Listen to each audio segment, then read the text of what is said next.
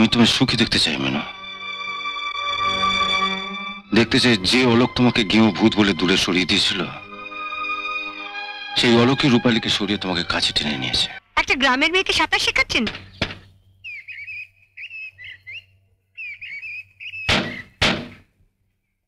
চলো, কাল আবার বেরোবো। এখন কি করব? রেস্ট নেবো।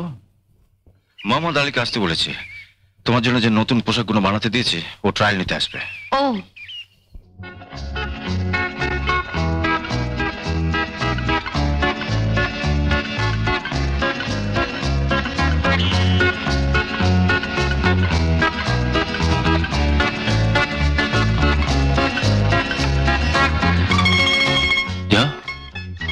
আয়নার সামনে গিয়ে দেখো নিজেকে চিনতে পারো কিনা।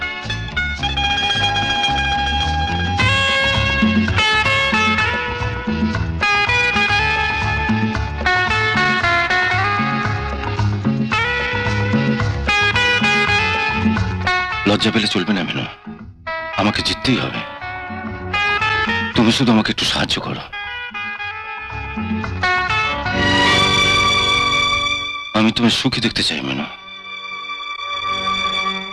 দেখতে চাই যে অলোক তোমাকে গেঁয়ো ভূত বলে দূরে সরিয়ে দিয়েছিল, সেই অলোকী রূপালীকে সরিয়ে তোমাকে কাছে টেনে নিয়েছে।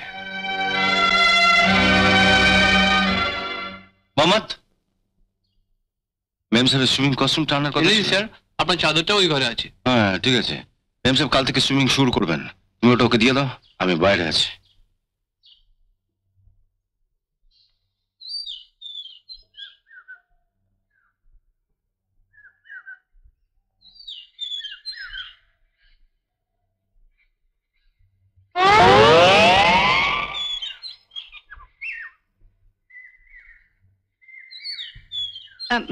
আমি ওসব নোংরা জিনিসপত্র করতে পারবো না। এটা সুইমিং কস্টিউম, এটা পরেই সাঁতার কাটতে হয়।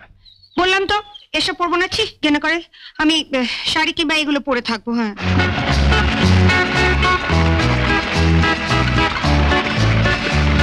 শুনুন, এমন করে শেখাবেন যাতে কালকেটা যে কোনো কম্পিটিশনে ফার্স্ট হতে পারে।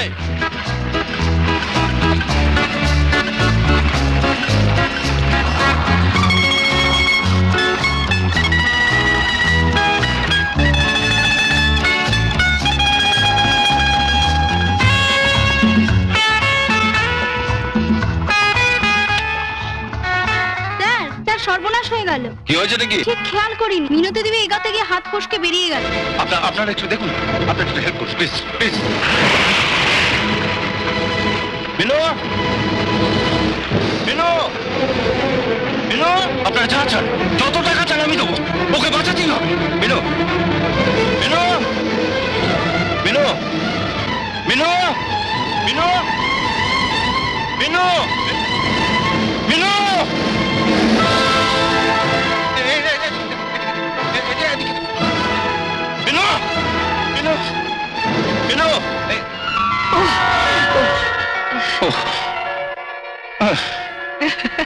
আপনি কি বোকা!